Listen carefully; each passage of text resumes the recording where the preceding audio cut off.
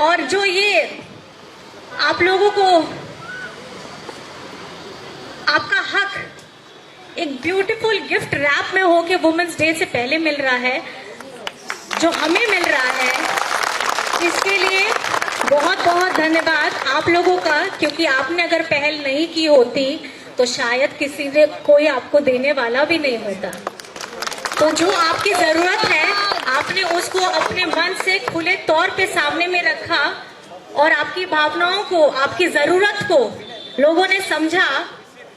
और ये समझ के, ये जान के बहुत खुशी हो रही है कि पढ़ी लिखी महिलाएं अपना हक लेना भी जानती है और दिलवाना भी जानती है। और आप लोगों के लिए भी कि हम लोगों को सहने के लिए 365 दिन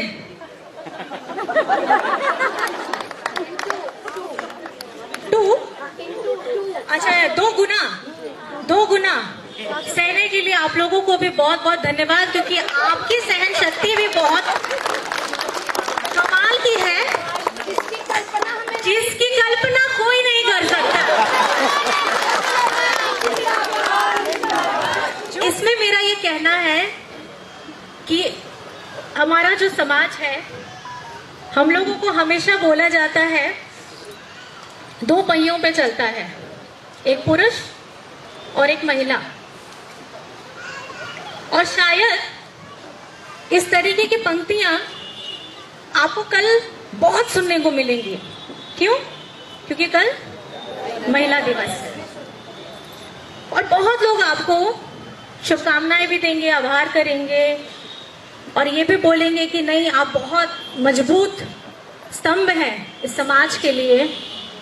लेकिन मुझे ऐसा लगता है कि बोलते बोलते ये जो शब्द हैं, ये क्यों कुछ चिन्हित कार्यक्रमों या कुछ चिन्हित दिवस के लिए ही चुने जाते हैं? ये किस लिए नहीं हर दिन बोले जाते हैं?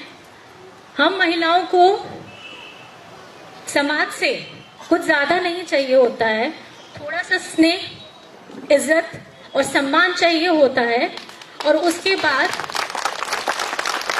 हम अपने परिवार के साथ भी पूरे समाज में हमारा जो कर्तव्य बनता है उसको पूरा करने के लिए डट के खड़े हो जाते हैं। और माताएं, बहनें इस सृष्टि की जननी है।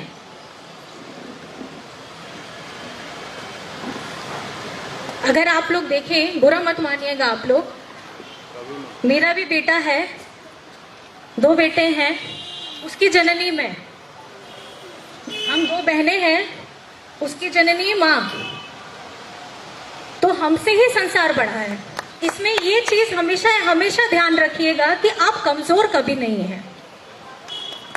जितनी विपत्तियां आए, जितनी भी तकलीफें आए, आपके पारिवारिक क्षेत्र में हो, आपके कार्य के क्षेत्र में हो या कहीं पे भी हो, आपको आत्मविश्वास कभी कम नहीं करना है।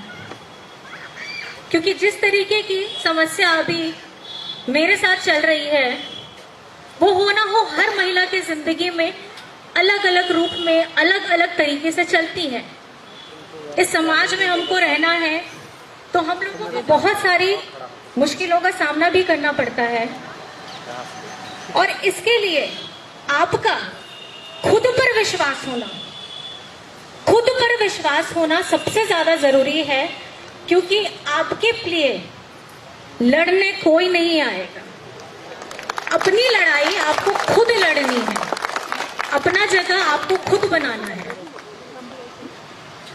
और जिस तरीके से हम लोग बोलते हैं कि गर्भ में एक बच्चा आता है,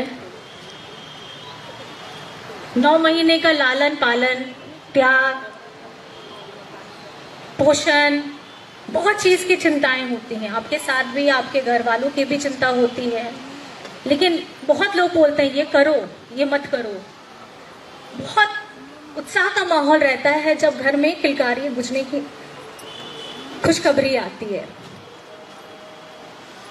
तो तो हम महिलाओं के साथ हम लोग अपने परिवार के लिए त्याग, ममता, क्षमा, मर्यादा, धैर्य, ये अंदर में कहीं ना कहीं हमारे छुपी ही हुई है। हम ममतामयी बन जाते हैं, आप जैसे जानते ही हैं। कोई छेड़ेगा तो छोड़ते नहीं हैं, कभी काली का रूप बन जाते हैं, तो कभी एकदम ममतामयी रूप हो करके अपने बच्चे को भी नहीं, किसी और के बच्चे के लिए भी वही एक दुलार, वही एक अपनापन हमेशा जागता है। तो अपने आप को कमजोर कभी मत समझिएगा। ये पहली और आखिरी ये बात है जो मैंने अपनी माँ से भी सीखी है और अपनी सासू माँ से भी सीखी है।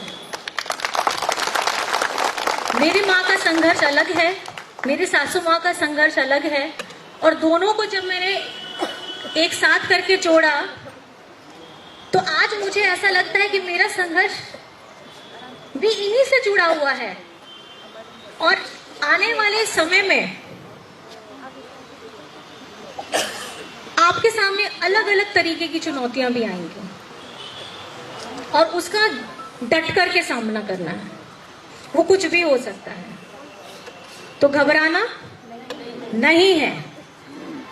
आत्मविश्वास 100% के ऊपर, कमजोर पड़िए, हक बनता है, लेकिन कमजोर बन करके वहां रुक मत जाइएगा।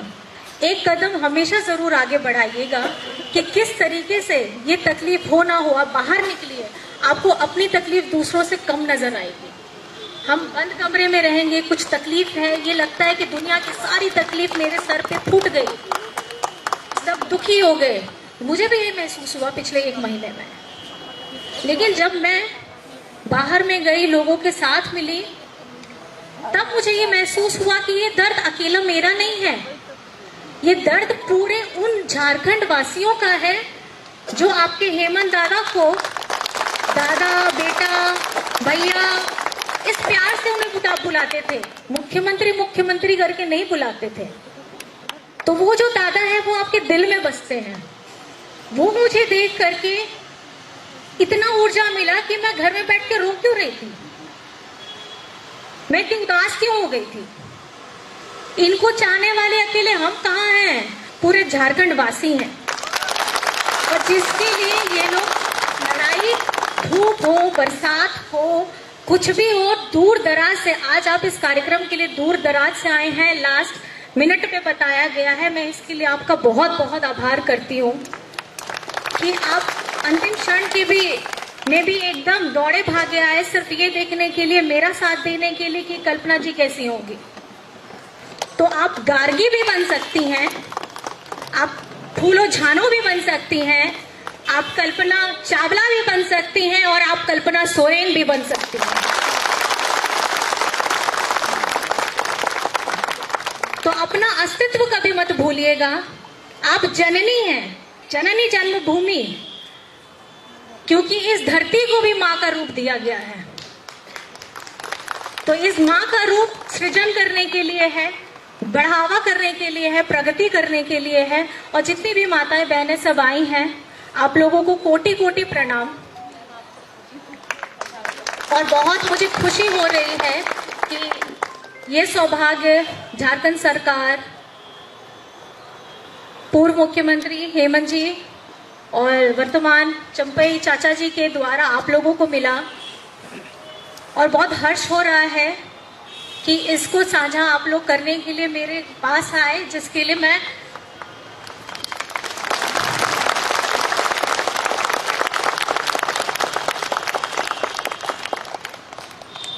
और सबसे ज्यादा ये कि सरकारी व्यवस्था में तो चलिए आप लोगों को ये मिल गया। जैसे बहुत सारे मेरे दोस्त हैं, मैं इंजीनियरिंग बैकग्राउंड से हूँ, तो मेरे बहुत सारे सॉफ्टवेयर इंजीनियर्स हैं, मल्टीनेशनल कंपनीज में काम करते हैं। आप जैसी सुविधा उन लोगों को नहीं मिल पाई है। और जिस तरीके की सोच यहाँ झारखंड सरकार ने आप महिलाओं के लिए, हम लोगों के लिए, सबके लिए निकाला है, एक चर्चा का विषय जरूर होना चाहिए कि महिलाएं सिर्फ सरकारी महिलाएं के लिए होना चाहिए कि दूसरों के लिए भी होना चाहिए? काम तो सब कर रहे हैं, तो इसको थोड़ा सा सोचा जाए और थोड़ा ये भी किया जाए कि सब की लड़ाई अपनी है, लेकिन मिल के लड़िएगा तो जल्दी मिलेगा, अकेले लड़िएगा तो थोड़ा कष्ट ज्यादा करना पड़ेगा। इसलिए बहुत ज्यादा नहीं कहते हुए आप लोगों को बहुत बहुत धन्यवाद। आप सभी लोगों को भी बहुत बहुत धन्यवाद कि इतना सुंदर मुझे सब लोगों के साथ यहाँ मिलने का मौका मिला। और आप लोग निराश नहीं होइएगा, मैं अभी यहाँ हूँ और हमेशा रहूंगी आप लोगों के लिए। अगर आप लोगों को किसी भी तरीके की कुछ भी शिकायत रहेगी तो आपके लिए दरवाजे खुले हैं। धन्यवाद।